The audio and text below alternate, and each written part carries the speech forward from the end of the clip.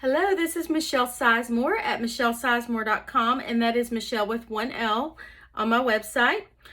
Today you'll learn how to make this border using the Tropic Time collection, and then we can finish off the page using the same collection.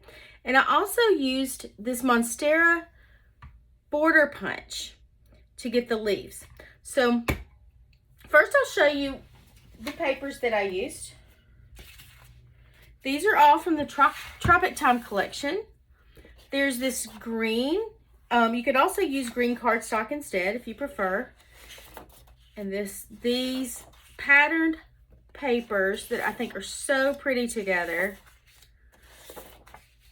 Now, I did choose to use two different types of the same color. These have two different patterns to them. I just think it makes it more interesting. These have different patterns, and so do these. Okay. I'm going to set this aside. Oh, and I also use this as my background. It has like a subtle little pattern to it. Set all of that aside, and I'm going to pull out my scraps because I always use scraps before I use up a whole piece of paper, if I can. And we have these new Power Simple Sleeves that they're great for just a temporary place to hold things for a single project. So just to keep it all together, I put everything in here. These open like this. They're sealed at the bottom and on one side, and then you can just slip everything in here. So I'm going to pull everything out. I've already pre-cut some of my circles, and I'm just going to set this aside. The first thing I will do is to show you how I cut out the leaves. This is the border punch I used. I'm going to show you with cardstock. It does always punch better with cardstock, but you can certainly use paper too. But just for demonstration purposes, I'm going to show you with the cardstock. You put your cardstock in here, and then you want to start at this little black line right here. It's a tiny black line. So I'm going to start my cardstock at the black line. And you want to make sure that it's firm against this little lip right here, and hold it down firmly so that it doesn't slip on you, and punch. And then you move it down until you cover up the pattern that's blue with what you just cut. So the blue is the pattern you just cut, the silver's the background. So the idea is for you to not see any blue because you've covered it up. So I'm going to cover that up, okay? And I just turned it so you can see it a little better. And then make sure it's firm against the lip right here and punch. And then go all the way down with that process. Cover up the pattern and punch and keep going until you have it all the way down. And that's how you get your leaves. These are great to use as a border. You can also cut them apart and use them individually as you wish. And I would look at my scraps before I throw them away to see if there's anything I can do with them. I don't really think so. I'm going to throw those away. All right. Next, I'm going to show you how to cut the circles. I'll show you how to do one, and then the rest of them we're just done with the same technique. Move this aside. This is the circle punch. I use this all the time with Creative Memories. I'm so glad they came out with it. You just put your paper in here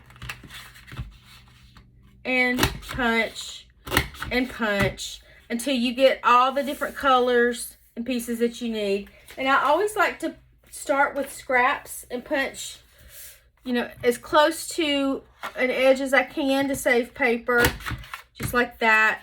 So this shows you, so this is this paper, this is this paper, that's this paper, and so on. So I'm going to actually mount my circles down. Show you how I did that with the circles I've already punched. And it's easy. I just take my repositionable tape runner. I'm going to start with this one. Oops, they're stuck together.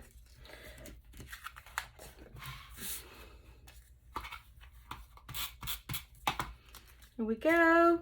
The next one is this this orange. I thought I had them all cut out, but I don't. So I'm going to cut this one using my scrap.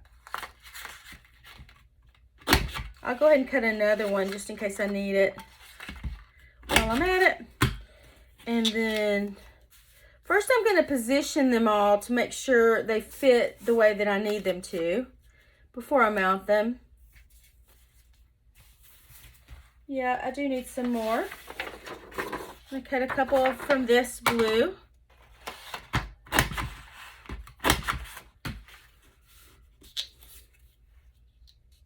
I'm looking at my pattern to make sure I do these the same. And then there's this one, and this one, and this one. So that's all my circles. I'm just going to position them before I mount them to get them like I want. They just overlap a little.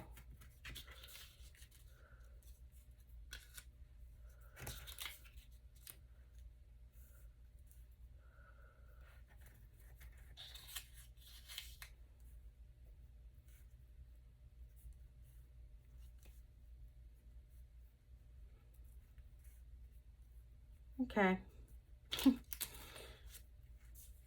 Just a little tiny bit tedious. Okay. So basically what I would do, I'm not going to show it on every single one, but I would lay this out like this. Make sure I like it. Move them if I need to, a little bit. Okay. And then one at a time, I would just flip them over. I've already mounted that one. I would flip this over, leaving everything else in place. Put some little dabs of tape runner and position it down. Basically the way I had it laid out. I'll show you one more. Put some tape runner on the back of that. I do like using my repositionable tape runner so I can pick it up and move it as I'm working to get it, and then just mount all of them down like that. And then I would take this leaf and pretend it's 12 inches long. I didn't mount the whole thing, and just mount it down with my repositionable tape runner. Now I would look for little scraggly edges. Oops. So like that, I would finish that off with my micro scissors. Just kind of follow the shape of what it's supposed to look like and get rid of that scrap on the edge. And then I would put repositionable tape runner on the back of this and then mount it down to get this look. Okay, it's really easy. And then for my photos, I just, for demonstration purposes, cut cardstock to the right size. But I would cut some cardstock to 4x6. These are 4x6. These are 4x6. This was 4 inches by 5.5 for the photo because I wanted to make room for this, and I'll show you how I cut that. This is the width is right, 4 inches, but I need it to be 5.5 inches long instead of 6. So I'm going to measure this at the 5.5 inch line, make sure it's straight at the top, and cut, and then it'll be the right size. Okay, so that's where my photos would go, and then I would mount the photos on my decorative paper to create maps. Now on this, I don't think this piece is big enough. Nope, it's not. So I'm going to have to use a full sheet. I do everything I can not to have to cut a full sheet of paper, trying to use my scraps first. But this shows you that the mat was cut 4 1/4 by 5 3/4. So basically I cut the mat 1/4 inch bigger on each side. Well, 1/4 inch bigger than I did the photo. So what I'm going to do is cut this piece of paper to get my mat, and it needs to be 4 1/4. So I'm going to look for so there's 4.5, right here is 4 1/4. I'm going to measure this edge up to that, cut, and then I need to pull out my arm to extend. I'm just going to flip it this way and get it to 5 3/4. It's at the line there. It's straight all the way across, and I'm going to cut, and this should be the perfect size to mat that photo. And it is. Remember, I cut this down so that it was So the, sorry, the photo was 4 by 5.5. This was 4 by 6, but I cut it down to 4 by 5.5. And then this is just, I like a little skinny mat sometimes. So when you cut it 1/4 of an inch bigger than you did the photo, you get that look. And then I did, these were 4 by 6 photos. I didn't have to cut those down. So I cut my mat 4 1/4 by 6 1/4. And then mount those down with a repositionable tape runner, just like I did everything else. And all this is a journal box that came in the mat pack that goes with this collection. It was real easy to make, and I think the colors are beautiful. I love this Tropic Time collection, and I hope y'all enjoyed learning a new technique. Thanks for watching.